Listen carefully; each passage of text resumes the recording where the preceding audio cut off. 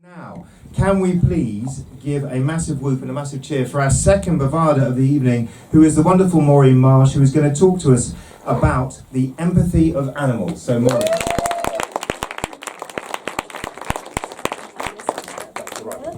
Oh, good evening. That was lovely. That what's it called? That game? KP Life. Really good. I'm really impressed. Yes. So the empathy of animals.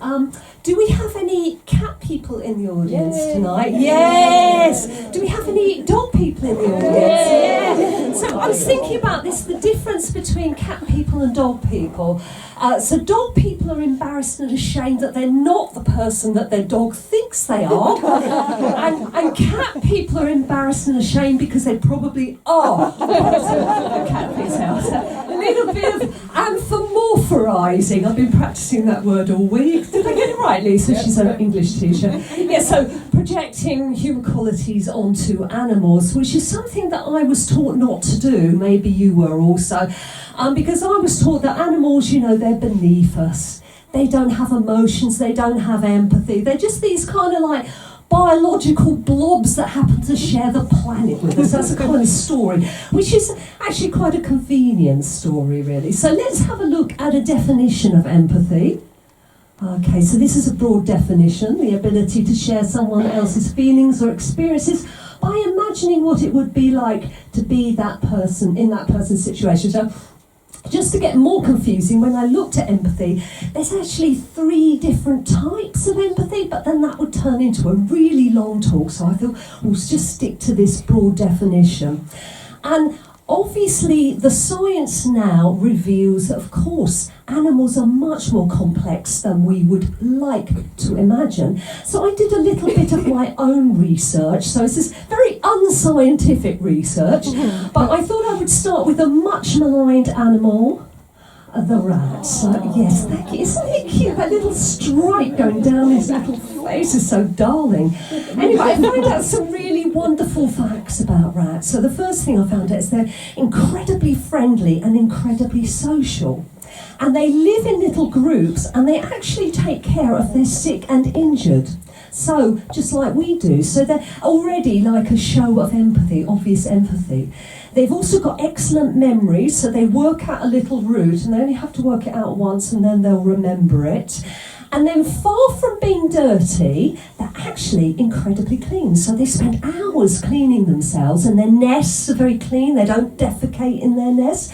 And, they laugh, apparently. And they laugh by chattering their teeth and vibrating eyes. Now, I've never, exactly, I thought, vibrating eyes, I hope I never see that, but I'm very glad if they're happy.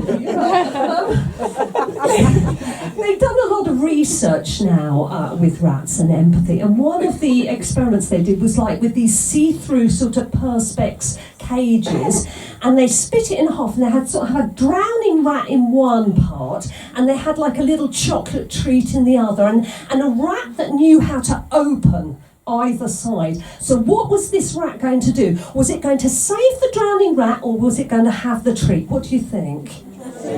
Yes! Almost always. Probably better than a human would be in the same circumstance. Anyway, so yes, there's rats. I mean, they're just darling, basically.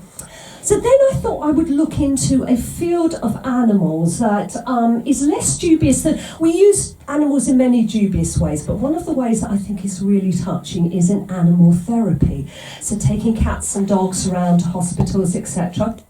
And I'm particularly interested in equine. Is it equine or equine? Equine? Thank you, equine. So horses are amazing. They can actually hear a human heartbeat at 4 feet away and synchronise their heart to go. They're just amazingly sensitive. And this is Peo the stallion. It's a little bit pixelated actually, isn't it? But I think you make him out. He's a darling, amazing horse, a stallion actually. And twice a month he goes to hospitals and hospices, and they don't tell him where to go, actually. He intuitively knows who needs him the most. And in this picture, that young man there was dying. Actually, you can see this film on YouTube, and do recommend it, because he was very non-communicative, this guy. But the minute Peo walked in, their eyes locked, and it was like there was just this instant connection. And the guy started crying. I started crying watching it. It's amazing. He's an amazing, beautiful animal. And just because of that, there's another picture of him. I actually can't really see it, but he's a darling. Yes, exactly. He's a darling. Then finally, I wanted to look at a farmyard animal because to me, they're the most maligned and misunderstood. Again, maybe for dubious reasons, but I wanted to look at a pig in particular, very pixelated, but I think you make him out, little darling pig. And I found out some amazing stuff about pigs. So, first of all, apparently they're one of the most intelligent mammals on the globe, next to primates and dolphins. So they're more intelligent than dogs, more trainable than dogs.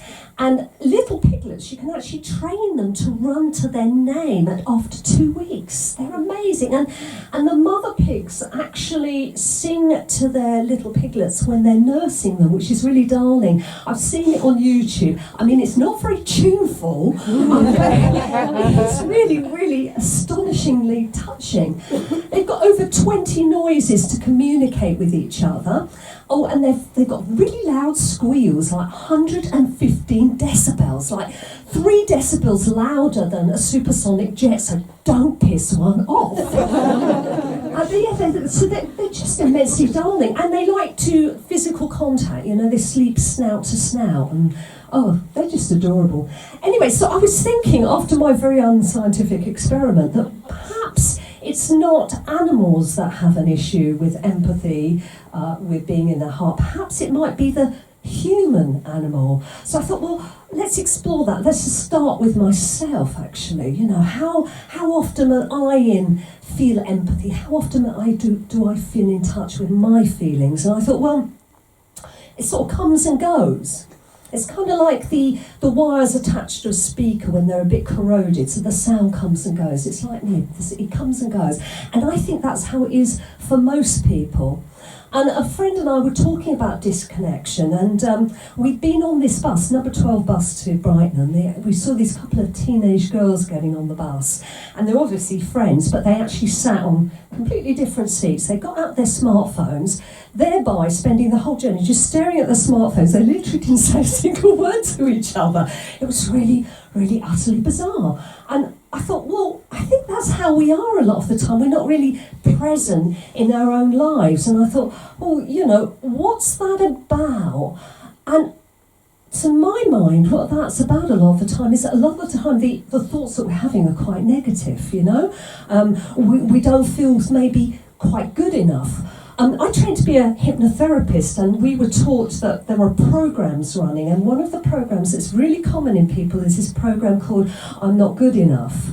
And I think those feelings that emanate from those thoughts are really uncomfortable as well. And it's like the outside world reflects that. It's sort of saying, yeah, you're not good enough. Yeah, you need to have a bit more money, a bit more status, a bit more good looks. You know, it's emanating that. It's mirroring those feelings, those uncomfortable feelings that are, and we're constantly trying to distract ourselves from these uncomfortable feelings.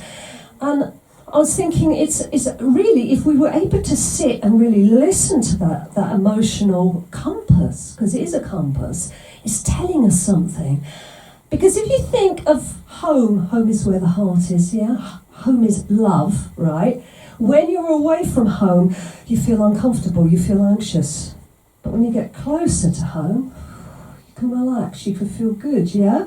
So that's why I feel like we're constantly in and out of connection. So imagine that wire wasn't just a bit loose, it was completely cut, right? And imagine you didn't have any internal compass at all, no emotional world going on at all. So you wouldn't have a direction, you wouldn't know where love is, you wouldn't have a direction because you wouldn't be connected to love, you wouldn't be connected to empathy. Well, what I'm describing there is a psychopath, right? And, I mean, we think of psychopaths as like serial killers, yeah? But most psychopaths are not serial killers, although most serial killers probably are psychopaths. And they represent about 1 in 25 of the human population, so they're actually a bit more common than you might think. And they have looked at the brains of psychopaths, and they have studied them, and they are very different. The parts of the brain that light up are very different, and they're pretty convinced now that there's a genetic, biological element to being a psychopath. It's not like you just had a terrible upbringing or something. You know, they're more and more coming to the idea that you probably are born with it, or the propensity for it. And I mention psychopaths because to me they're a logical conclusion to what total disconnection would look like. And you get a disproportionate number at the bottom of society and at the top. So at the bottom in our prisons and at the top. So in our prisons they make up about 25%, even though they're 1 in 25. And in some American prisons up to 50%. So they know this because they can study them there. And they use a tool called Hare's psychopathy checklist. And I'm going to show you the checklist here. Yeah, so look at this, glib, superficial charm. This one down here I think is really key. Callousness and lack of empathy, parasitic lifestyle, cunning manipulativeness, lack of remorse or guilt. I mean, basically, that is what you would expect if you have no internal emotional world, if you have no connection to love. That's what you become, basically a predator. So how they assess it on a 0 to 2 basis for each of these points. And if you get 30 or more, you're deemed a psychopath. And as I said, you get psychopaths at the very bottom, you get them at the top. So he who loves the least controls the most. That's a great quote from Thomas Sheridan's book on psychopaths, Puzzling People. He who loves the least controls the most. So at our top we have our CEOs, we have our heads of banks, we have our politicians. Oh, I don't know why he came up. But you know, I've got Trump there, but really if you look at any of the global leaders, I mean, I would suggest that they all are quite empathetically challenged. Let's put it that way. And you see, if you get an empathetically challenged leader, it follows logically that you're going to get an empathetically challenged society. So we've all worked for companies where you've got a tyrannical boss, right? And that sets the atmosphere for the workplace, doesn't it? The toxic workplace. So is it any surprise that the messages that we're receiving are that we're not good enough? And perhaps our conditioning is also that we're not good enough. And so this is all mirroring each other. And the trouble is, it's a very compelling message. If someone's saying to you, hey, the answers are out here, you know, disconnect a little bit more and look out there, you know, if you have enough money, enough status, if you're good looking enough, or you know, the reason you're feeling anxious is somebody else's fault. You know, these are compelling ideas. And I follow a man called Bruce Lipton, who's a biologist, and he puts it really beautifully to me. He says, if you imagine the human race is one big beast, and each one of us are like a cell in that beast, yeah? So 7.5 billion cells. When we're cooperating and working together and helping each other, that beast is healthy. But if you get one person or a cell that says, no, I'm not going to cooperate, I'm more important, yeah, I'm going to make myself as big as possible, well, that's called a cancer. And we know that cancer can spread. And this is what cancer looks like when it spreads. And that's a very pixelated picture. Actually, I showed that to my friends and said, oh, couldn't you have got a better Nazi picture? But I think you get the idea. I mean, I'm picking up on a very obvious idea there, really. It can spread. So, you know, when I look at what's going on on our planet right now, whether it's climate change, pollution, whatever it is, to me, it's all a symptom of disconnection. So disconnection on a personal level never feels good, but disconnection on a whole society level is a disaster. But conversely, connection is where we'll find the solutions, because I think miracles can happen when we do connect, and when we do connect empathetically. So how do we do that? And probably everyone's got their own ways, but I'm just going to throw a couple of ideas out there, things that have really helped me feel connected. So the top one there is meditation. So I meditate regularly, and it's the thing about meditation is it's simple, but it's not easy. And why is it not easy? Because sitting in the sludge of your own thoughts is really uncomfortable.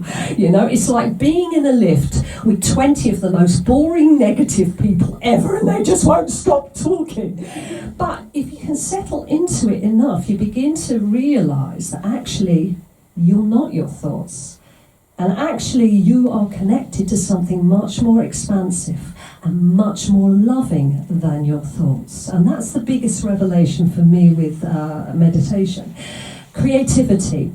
Well, I think we're all naturally creative. I think the human race is a phenomenally amazing creative race. And when we tune into our creativity, whatever that means to anybody, so it could be making a box, it could be painting, singing, whatever it is, it's like we tune into a higher purpose in ourselves. Because let's face it, everything came from some sort of creative force, didn't it? So that's within us. And then my favourite, spending time with animals. So these were my smashers, thank you. Aren't they darling? Bonnie and Clyde, now fast. Yeah, adorable, aren't they? I mean, these guys made me laugh at least 20 times a day. They were hysterically funny. And I just feel I learned so much from them. And I think, really, animals are our teachers. They teach us what true connection is. Animals never lost their connection to the natural world, so they're always doing their best for the ecosystem. So whether it's the bird dropping the seed, whether it's the worm aerating the soil, or the beaver making dams, they're all working in cooperation with their ecosystem because they never lost their connection to the natural world, and they never lost their connection to their hearts. And you know, when I used to look into my cat's huge, big, shiny orbs, look at those orbs, I used to just see something unique, beautiful and loving. And it kind of made me see that in all animals, in all nature, and hey, it even made me see it in humans. Yeah, so when I look out at the audience, I don't just see a bunch of troublesome humans, although I bet some of you are trouble. No, when I look out into the audience, I see this.